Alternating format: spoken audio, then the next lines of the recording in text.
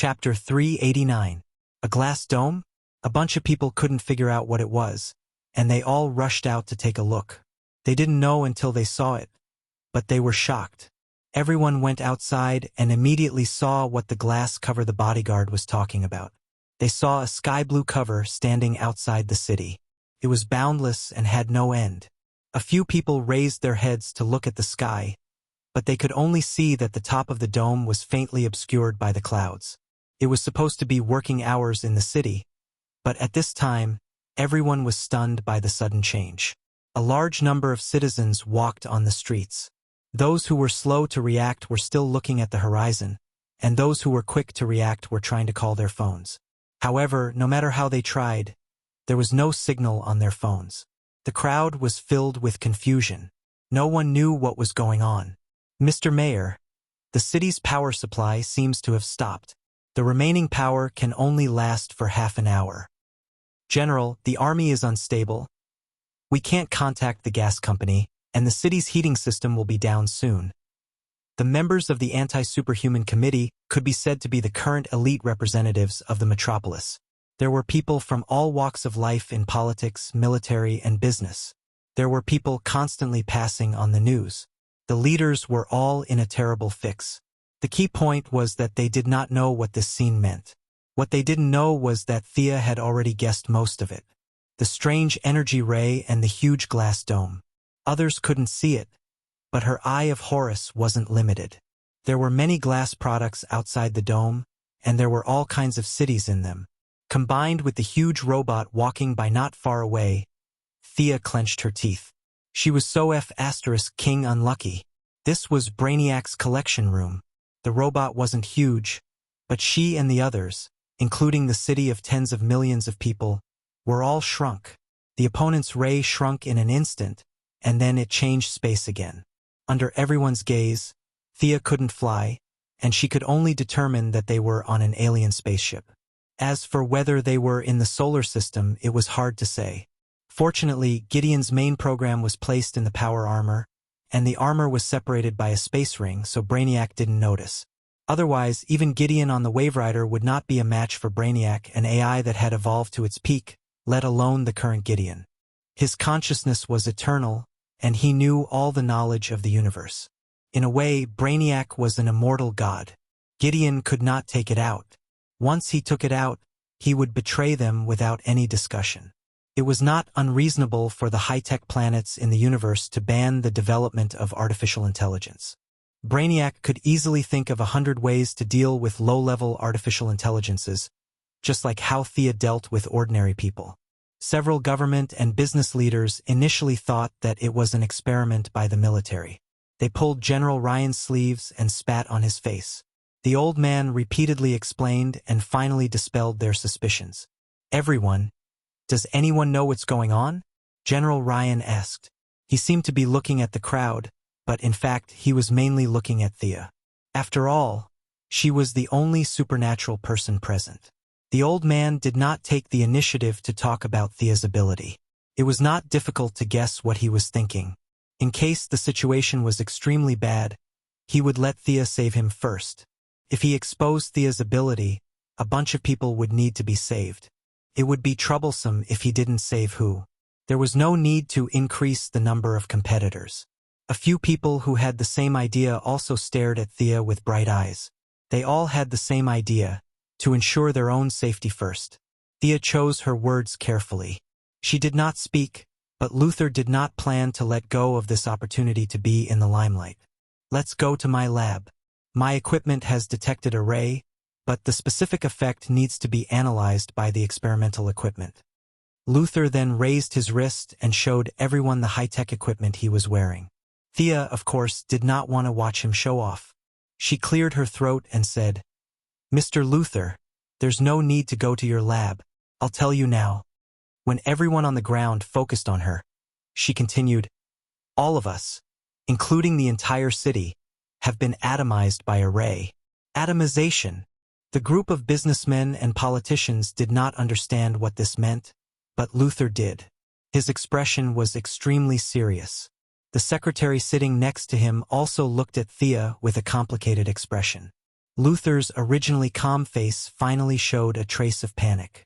This field was too difficult. Although he had dabbled in a small part of it, he was still far from being a master. His smart brain was thinking quickly, and before he knew it, sweat had appeared on his forehead. Thea saw this scene and snorted. In fact, Thea did not know much about this field, but she had all the information and notes of the Atom Man atomizing people and then reducing them were the field of expertise of the Atom Man. In terms of intelligence, Ray Palmer was definitely not as smart as Luther, but Luther's research was too broad, while Ray Palmer only focused on one field. In terms of depth of research in the field of Atom Man, Ray Palmer was far better than Luther. Miss Thea, let's talk aside. General Ryan and a few other high-ranking officials who knew about her abilities pushed Diggle, the black bodyguard, to the side as if they were fighting. They pulled Thea to the side to talk. The black man had served in the military for many years. Although he was now retired, he still obeyed the generals reflexively. Seeing that General Ryan was pushing him aside, he did not know why the old general suddenly used so much force. He was a little confused and looked at them from afar. Is there any way to get me out of here? I have to report to the minister. Yes, I have to report to the president too. I have to report to the Congress. A few people surrounded Thea and asked in low voices, "A bunch of rats." Thea despised them in her heart, but she did not say it out loud. She used her heart to feel the magic flow, and there was no problem at all.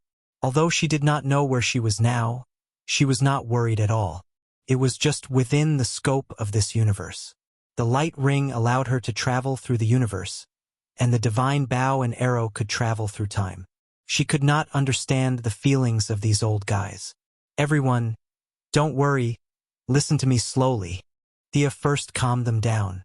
Old Ryan was still okay, but one of the senior officials could not stand still. Although it will be troublesome, I can send you back. First, she gave them a reassuring pill. Sure enough, when they heard her say that, they all breathed a sigh of relief. Their expressions were calm, their legs stopped shaking, and their teeth stopped chattering. But, I just said, maybe you didn't hear me clearly. I'll say it again, all of us, including this city, have been atomized. Do you understand what this means? We are now only the size of an atom. The outside of the city is not a canopy, it is a solid glass cover. Thea's words were like a hammer, hitting their hearts, and their faces became extremely ugly. Chapter 390. Thea ignored them and continued, "Even if I send you back, you'll still be in your current state. This is the power of science, not myth or magic. You won't be able to report this to the president because you're too small. They can't see you. The phone is as tall as a mountain in your eyes. You're probably just a little bigger than a microorganism. Even an ant is countless times bigger than you. Do you still want to go back?" Thea looked at them with a half-smile and said, "Your families are all in the city, right? General Ryan's daughter, Senator Harry's mother and son, and Miss Emily's husband. These people can't all live like microorganisms, right?" They fell silent. Thea didn't mention one thing, but they could all think of it. It was power. After all, the army couldn't obey a general who could only be observed under a microscope. The same went for the government officials.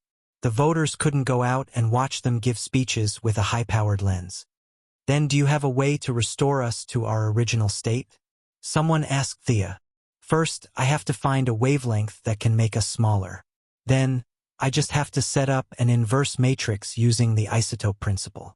At this time, I can stimulate the atomic structure. In modern quantum mechanics, Alan Fest has a theorem." Okay, we get it." They quickly interrupted Thea's long speech. None of them cared about what the F*King quantum mechanics said. They just wanted to restore them to their original state. Unfortunately, their voices were a little loud. The rest of the people, including the bodyguards, also came over to listen to what they were saying. Thea was secretly pleased. Where did prestige come from? Wasn't it brought by turning the tide at a critical moment? This incident was very suitable. She could solve it with the theory of the Atom Man without revealing any superpowers. "Everyone, listen to me. Today was not a formal meeting." Thea didn't wear her old-fashioned business suit. Instead, She wore a V-neck white shirt with a navy blue skirt and strappy heels. Now that she had put away her lazy aura, she looked like a sharp sword. Her cold eyes looked around at everyone. Everyone who met her eyes couldn't help but quiet down. Like I said, all of us, including the city, have been atomized. We need to maintain the order of the city and find a way to save ourselves. An old man in the crowd stammered, "Will Superman come to save us?" Thea almost gave in to the old man. 10 minutes ago, he was still incessantly calling on Superman to abide by the Constitution. He wanted to develop a weapon to deal with him, but now he thought of Superman. He picked up his bowl to eat, then put it down to curse. This person's skin was really thick. Can Superman care about everything you do? When the house caught on fire, Superman went to save it. Because of Superman's existence, we no longer cared about where the source of the fire was because of Superman. You don't have to follow the traffic rules when crossing the road. Superman will come to save her. She definitely won't die because of Superman. Everyone, I didn't see Superman anywhere today. We can only rely on ourselves. Thea looked at the crowd coldly. There was sparse applause at the scene. This group of people had not completely abandoned their integrity. After all, they were all here to hold an anti-Superman rally.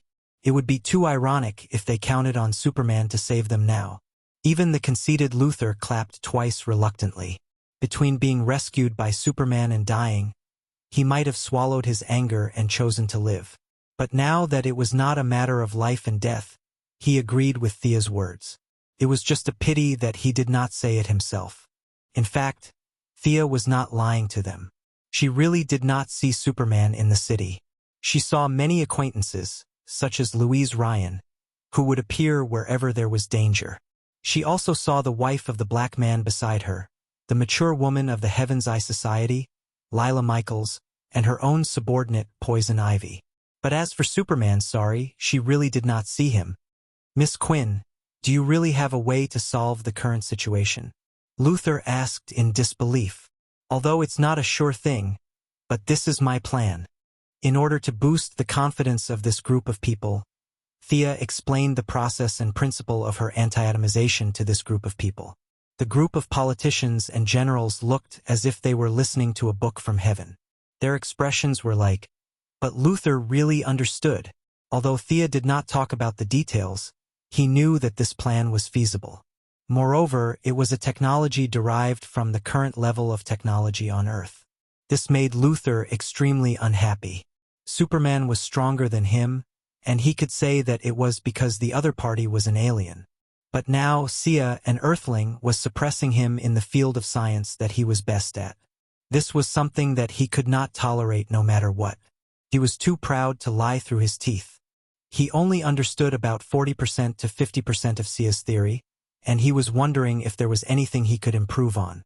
Luthor lowered his head and calculated, trying to find the flaws in her theory. He had to save some face. Thea was not going to let him go. She asked slyly, "Mr. Luthor, I heard that your scientific research ability is very strong. Do you think there's a problem with what I said?" Luthor put his fingers on his temples. If he was in a wheelchair, he could play the role of a younger version of Dr. X. But no matter how fast his intelligent brain worked, he could not find the flaws in Thea's theory. In the face of Thea's question, he was forced to the edge of a cliff. His brain was almost smoking. Combined with his own knowledge, he could only conclude that Thea was completely correct. As for improving or going further, he could only say that it was a dream. No matter how smart he was, he would not be able to reach Ray Palmer's level without at least a year and a half. Luthor's smile was uglier than crying. "I have no problem with it. Miss Quinn's theory is feasible." The few people who knew him all made unclear sounds at the same time. They looked at Sia and then at Luthor. Luthor relied on his intelligence and looked at these politicians and generals as if they were retarded children. Sarcasm were commonplace. From time to time, he would tell a few lame jokes that made these people feel awkward. Now, he actually admitted that Thea's theory was feasible in front of everyone, but he did not put forward any new ideas. What did this mean?